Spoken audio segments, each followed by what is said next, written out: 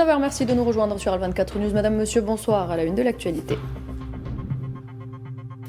Le chargé d'affaires de l'ambassade de France à Alger convoqué au ministère des Affaires étrangères en raison de la diffusion par France 2 de contre-vérités offensantes et provocatrices à l'encontre de l'Algérie.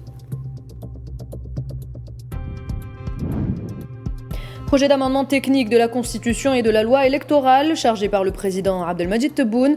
Boualem préside l'ouverture d'une conférence nationale. Le bilan du génocide sioniste à Raza s'alourdit et atteint les 71 654 martyrs.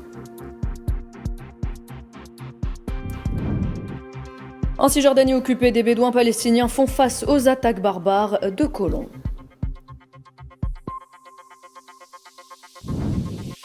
Et puis nous parlerons également de la guerre en Ukraine avec la Russie qui cible les deux plus grandes villes ukrainiennes.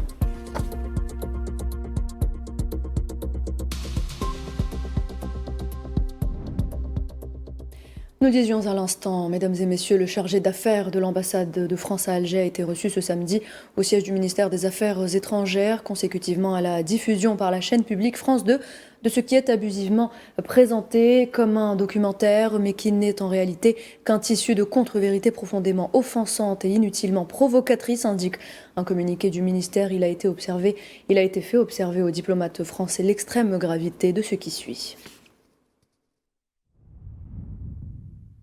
Premièrement, la responsabilité d'une chaîne de services publics français dans cette véritable agression contre l'État algérien, ses institutions et ses symboles. Une agression que cette chaîne publique ne serait jamais autorisée sans la complicité ou à tout le moins l'assentiment de sa tutelle publique.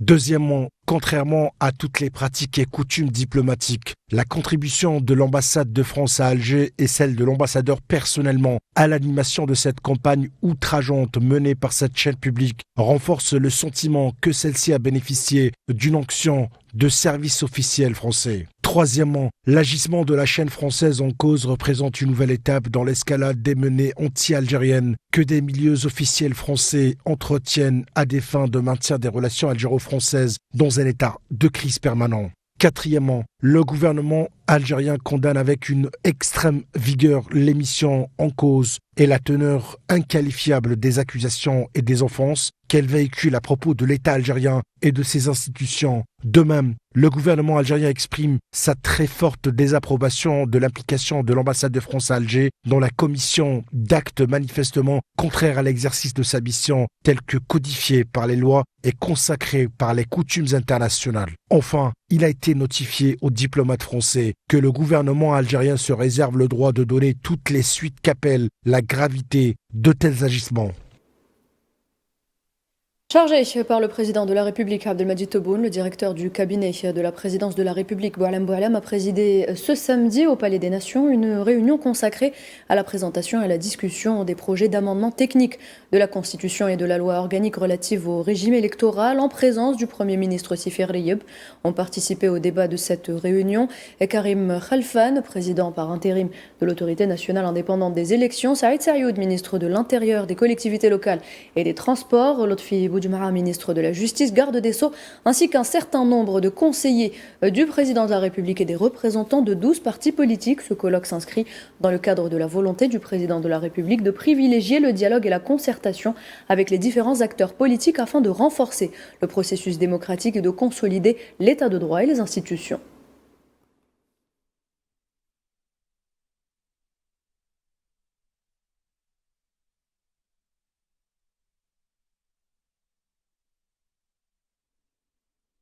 Le directeur de cabinet à la présidence de la République a présenté un exposé comportant 10 propositions concernant l'amendement technique de la Constitution, dont l'introduction de l'obligation de justifier d'un niveau d'instruction pour se porter candidat à la fonction de président de la République et la définition des modalités de prestation de serment constitutionnel par la proposition des meilleures dispositions organisationnelles en définissant l'instance devant laquelle le serment constitutionnel est prêté est la partie chargée de le prononcer.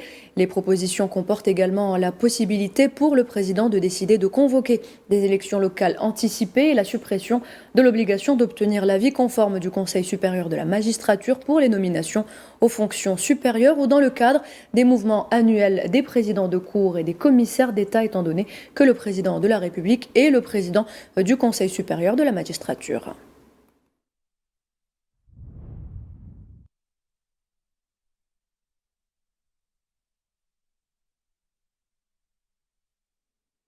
Et selon le directeur du cabinet de la présidence de la République algérienne, Boualem Boualem, les deux projets de loi portant modification technique de la Constitution et relatifs au système électoral ont été présentés au Conseil des ministres après avoir été examinés par le Conseil des ministres, puis leur examen a été reporté, non pas en raison de l'absence du général d'armée Saïd Chengreha qui était en congé fin d'année, mais afin d'enrichir ces deux projets par les différentes formations politiques. Le débat a été soulevé au Conseil des ministres après que le projet des deux lois est passé par le Conseil du gouvernement. Au Conseil des ministres, l'examen des deux projets a été reporté conjointement, non pas en raison de l'absence de monsieur le général d'armée. Premièrement, le général d'armée était en congé, le congé de fin d'année. Et deuxièmement, afin d'enrichir ces deux projets de loi par les partis politiques. Et cela n'a aucun autre lien. L'actualité est toujours dominée par l'agression génocidaire sioniste contre la bande de Gaza, un génocide qui a fait à ce jour 71 654 martyrs et 171 391 blessés. Selon donc un nouveau bilan communiqué ce samedi par les autorités sanitaires palestiniennes, le corps de 4 martyrs et 12 blessés ont été transférés vers les hôpitaux de Gaza au cours des dernières 24 heures.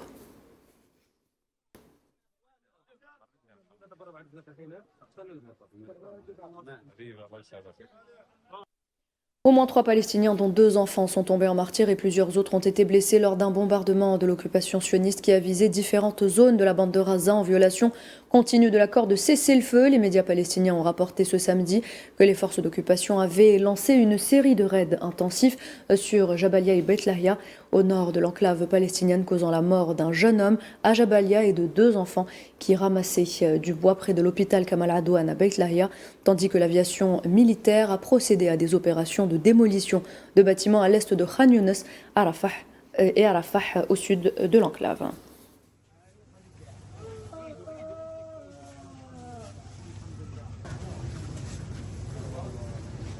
Le ministère palestinien de la Santé a annoncé également le décès d'un nourrisson en raison du froid intense qui sévit dans la bande de Gaza. Dans un communiqué publié ce samedi, le ministère palestinien de la Santé a indiqué que le nourrisson âgé de 3 mois à peine était décédé en raison du froid intense à l'hôpital Al-Aqsa, portant à 10 le nombre de décès d'enfants dû à la forte baisse des températures depuis le début de l'hiver dans l'enclave palestinienne.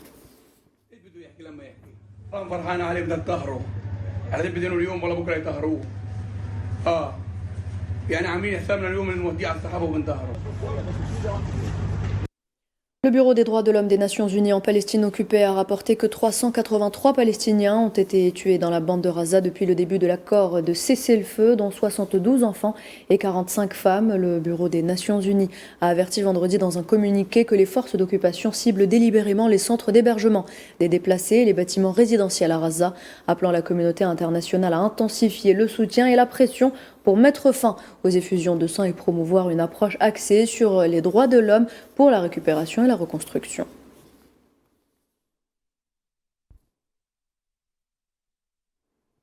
Et sachez qu'à Moazi, dans le sud de la bande de Gaza, les déplacés palestiniens font la queue devant une soupe populaire pour recevoir une marmite de riz cuit qui représente pour la plupart le seul repas chaud de la journée. La nourriture demeure l'un des besoins les plus essentiels pour tenir bon en cette période difficile à Malamaziane Sitouni.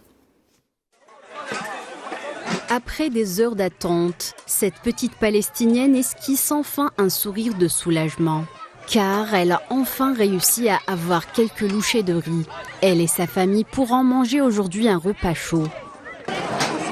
Avec ses enfants, Yed El-Masri, déplacé de Beit Hanoun, lutte lui aussi pour avoir une marmite de riz cuit dans cette cuisine caritative à El Mawassi, tandis qu'une famine imminente plane sur l'enclave. Je marche environ 800 mètres de chez moi pour arriver ici, à la cuisine caritative, et avoir ce riz pour moi et mes enfants. Ce riz n'est peut-être rien, mais pour nous, c'est tout.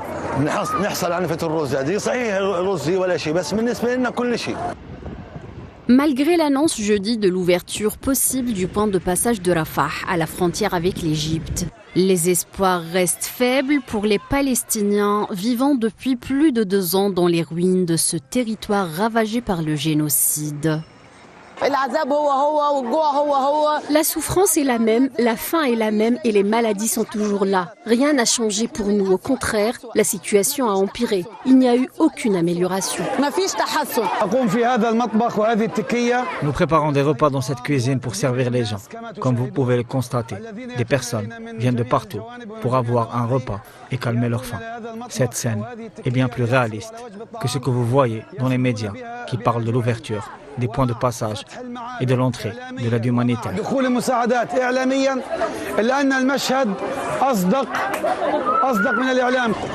Obtenir un repas chaud est un objectif difficile à atteindre à Gaza. Les cuisines caritatives restent le seul pilier de la survie alimentaire pour des centaines de milliers de Gazaouis. Et on reste en Palestine. Le commissaire général de l'UNRWA, Philippe Lazzarini, a confirmé que la Cisjordanie occupée traverse la pire crise humanitaire depuis 1967 en raison de l'agression sioniste continue contre les camps palestiniens. Dans un tweet publié ce samedi sur X, Lazzarini a expliqué que cette agression sioniste a contraint des dizaines de milliers de Palestiniens à fuir leur camp, ce qui a aggravé la situation humanitaire et les conditions de vie, alors que les organisations humanitaires sont confrontées à d'énormes défis pour répondre aux besoins des personnes déplacées.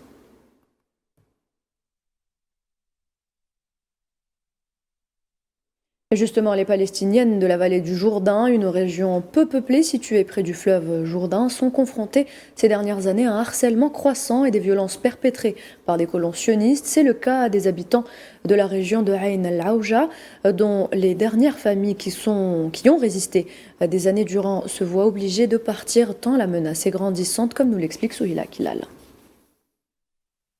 Après avoir longtemps résisté et tenu tête à leurs bourreaux, ces Palestiniens de Ain al-Aouja, en Cisjordanie occupée, se voient obligés de plier bagages et partir. Ils doivent fuir car chassés après des années de harcèlement et de violence de la part des colons sionistes.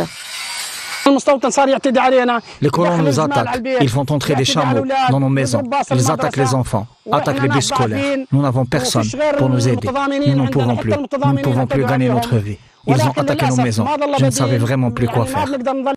La mort dans l'âme, ces bédouins palestiniens démantèlent leurs maisons en tôle et en planches de bois, ramassent leur vaisselle et leurs affaires pour quitter la terre ancestrale qui les a vus naître. La situation étant devenue dangereuse et les persécutions des colons quasi quotidiennes avec la complicité des forces sionistes.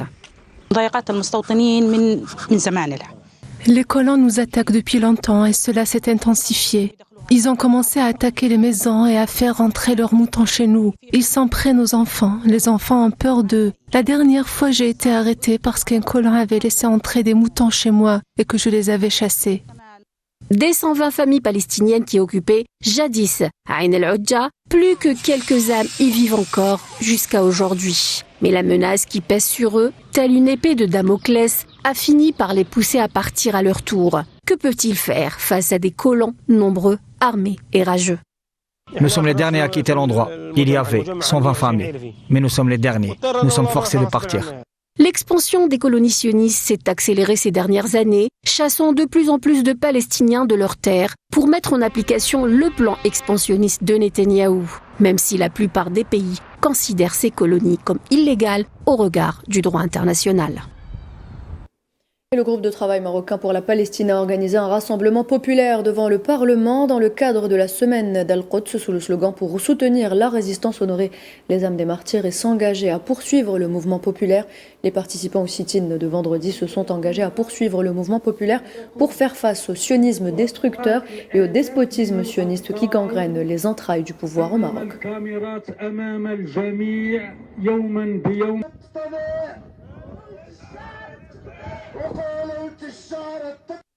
On reste au Maroc justement où plusieurs organisations ont appelé à des manifestations populaires de protestation demain dimanche contre le crime sioniste commis dans la région de Bein el-Jaraf, à la frontière avec l'Algérie. Après avoir brandi le drapeau de l'entité sioniste, le groupe de travail national pour la Palestine a déclaré dans un communiqué vendredi que l'incident ravive des centaines de questions sur le parcours de la normalisation du Marzen et de l'arrogance sioniste au Maroc.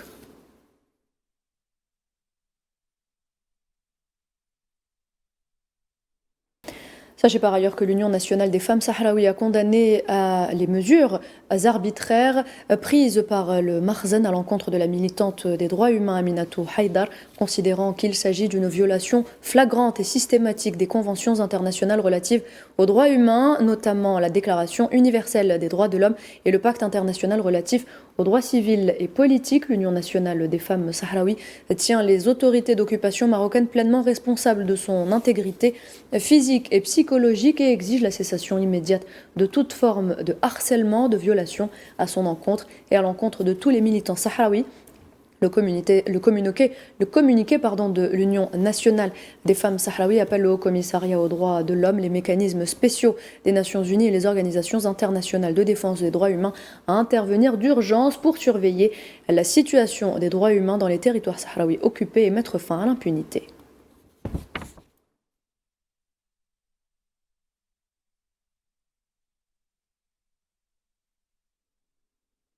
Une source militaire soudanaise a confirmé que l'armée avait abattu un drone appartenant aux forces de soutien rapide dans la ville de Diling, dans l'état du sud Kordofan.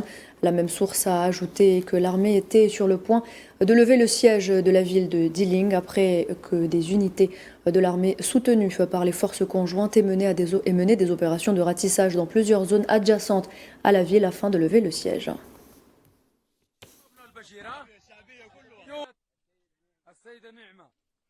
Des sources soudanaises ont également annoncé que les forces de soutien rapide avaient pris pour cible un marché dans la région de Dlami, dans l'état du sud Kordofan, faisant plusieurs victimes civiles. Des sources ont déclaré aux médias locaux que la situation dans la région était extrêmement critique en raison des attaques systématiques des forces de soutien rapide qui ont intensifié leurs frappes aériennes à l'aide de drones sur la ville, située à environ 65 km de la ville de Kadougli, dans l'état du sud Kordofan contrôlé par les forces armées soudanaises.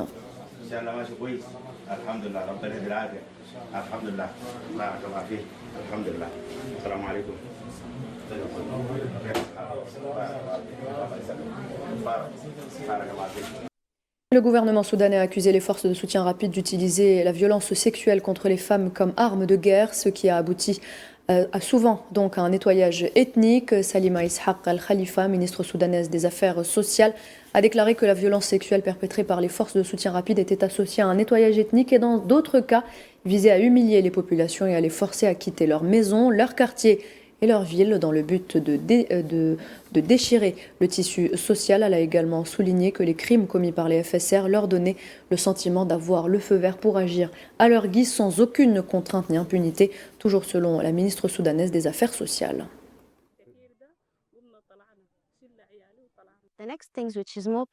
C'est difficile, plus profond et plus grave encore. La violence sexuelle utilisée comme arme de guerre systématique selon le même scénario et parfois avec de légères différences selon les régions. Le même scénario au Darfour et à Omdurman dans le contexte du nettoyage ethnique. C'est pourquoi lorsque je parle de l'utilisation systématique de la violence sexuelle comme arme de guerre, je parle de l'humiliation des personnes, du fait de les forcer à quitter leur maison, leur quartier et leur ville, ainsi que de la destruction du tissu social. Mais ce qui se passe actuellement est bien pire, car les viols collectifs sont largement répandus et documentés. Il y avait une sorte de vantardise à ce sujet, car ils étaient très fiers de ce qu'ils faisaient et ne considéraient pas cela comme un crime. On a l'impression que les forces de soutien rapide ont le feu vert pour faire ce qu'elles veulent, sans aucune retenue. Et toujours au Soudan, en pleine guerre civile, les joueurs du club El Hilal Al-Fashar tentent de faire vivre le football malgré l'exil et l'insécurité. Chassée de sa ville natale, désormais contrôlée par les forces de soutien rapide, l'équipe a repris la compétition loin de chez elle, transformant le terrain en espace de résistance et d'espoir, surtout Maria Chouyer. Déplacés de leur ville natale, désormais sous le contrôle des forces de soutien rapide, L'équipe locale de football a repris le chemin du terrain, malgré les combats et les déplacements forcés. Les entraînements se font sans public, avec peu de moyens et sous la menace constante de l'insécurité. Quand les habitants d'El-Fachir voient qu'une équipe les représente dans l'état du Kordofan du Nord, dans la ville d'El Ubaid, et plus précisément en première division soudanaise, et qu'elle performe à un tel niveau, c'est vraiment merveilleux. Le club d'El Hilal El-Fachir a mis en place un programme de préparation axé sur le soutien psychologique des joueurs. L'objectif est de leur permettre de poursuivre la compétition malgré le contexte de guerre. Pour ce club soudanais, il s'agit de la première participation à une compétition officielle depuis le début de la guerre qui oppose armées régulières et forces de soutien rapide depuis 2023.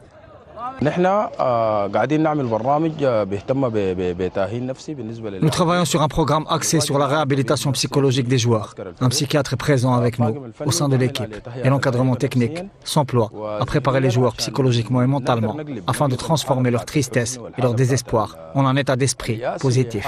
La plupart des joueurs d'El Hilal d'El-Fachir sont originaires d'El-Fachir, mais on compte aussi des joueurs venant d'autres régions. Ils ont été rassemblés par le directeur sportif et les autorités du secteur des sports en vue de la préparation. Et heureusement, la réponse a été positive, car les joueurs sont sous contrat professionnel et leurs droits sont intégralement payés, grâce à Dieu. Dans un pays tiraillé par la guerre, le retour de l'équipe d'El-Fachir sur le terrain est perçu comme une tentative de préserver une vie sportive et sociale, et ce malgré les bombardements. Pour les joueurs, le football devient un message d'espoir adressé à une population éprouvée par la guerre et l'exil. Dans le reste de l'actualité, la Russie a ciblé tôt ce samedi les deux plus grandes villes d'Ukraine, Kiev et Kharkiv, faisant un mort et au moins 15 blessés. L'armée de l'air ukrainienne a déclaré que des drones et des missiles avaient été déployés lors de l'assaut sur la capitale. Dans un message publié sur Telegram, le maire de Kharkiv a indiqué que les drones avaient frappé un dortoir pour personnes déplacées.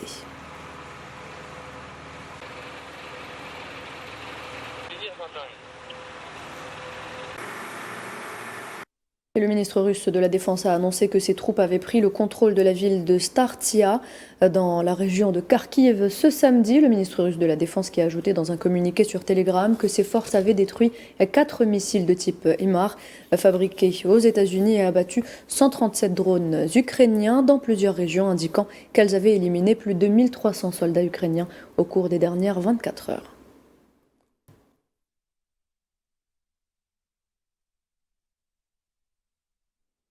Par ailleurs, la Russie a déclaré vendredi que ses forces armées avaient pris le contrôle de 5 localités au cours de la semaine écoulée, tandis que l'Ukraine a affirmé que ses troupes avaient repoussé plus de 100 offensives russes au cours des dernières 24 heures. Dans un dernier rapport, le ministère russe de la Défense a indiqué que ses forces avaient mené une frappe de grande envergure, ciblant notamment des installations militaro-industrielles ukrainiennes, des infrastructures énergétiques et de transport et des dépôts de munitions et de carburant, ainsi que des sites de déploiement temporaire des forces armées ukrainiennes et de mercenaires étrangers. Les systèmes de défense aériennes russes ont intercepté 1468 drones ukrainiens à voilure fixe au cours de la semaine, selon le ministère.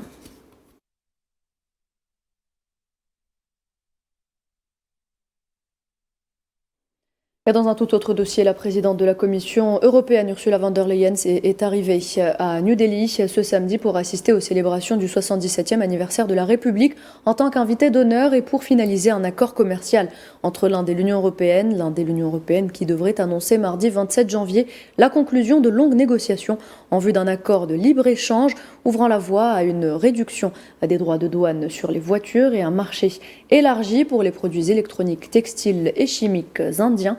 Les deux parties prévoient également de signer un pacte de sécurité et de défense, le troisième de l'Europe en Asie, après ceux conclus avec la Corée du Sud et le Japon, ainsi qu'un accord de mobilité concernant les travailleurs hautement qualifiés et les étudiants.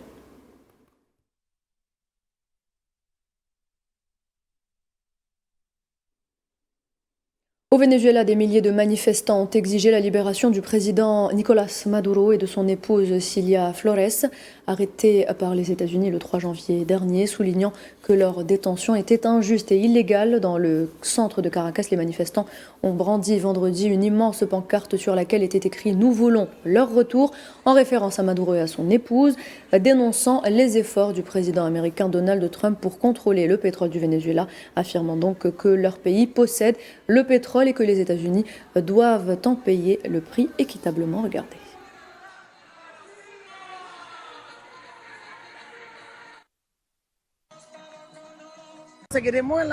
Nous resterons dans la rue jusqu'à ce que notre président Nicolas Maduro, enlevé le 3 janvier, nous soit rendu. Il est notre président constitutionnel car nous l'avons élu et nous voulons son retour. Que le monde sache que le peuple vénézuélien est un peuple courageux, que rien ne nous intimide et que nous sommes prêts à nous battre. Aujourd'hui, c'est nous, demain, ça pourrait être vous. Non, nous devons dire un non retentissant à tous les crimes que le pays du Nord commet actuellement contre l'Amérique latine. L'armée américaine a rapporté la mort de 2 personnes soupçonnées d'être impliquées dans le trafic de drogue lors d'une frappe ciblant un bateau dans l'est de l'océan Pacifique. Vendredi, le commandement sud des États-Unis a expliqué dans un post sur la plateforme X avoir reçu des informations de renseignement indiquant que le navire empruntait une route connue pour le trafic de drogue dans l'est de l'océan Pacifique et était impliqué dans des opérations de trafic de drogue.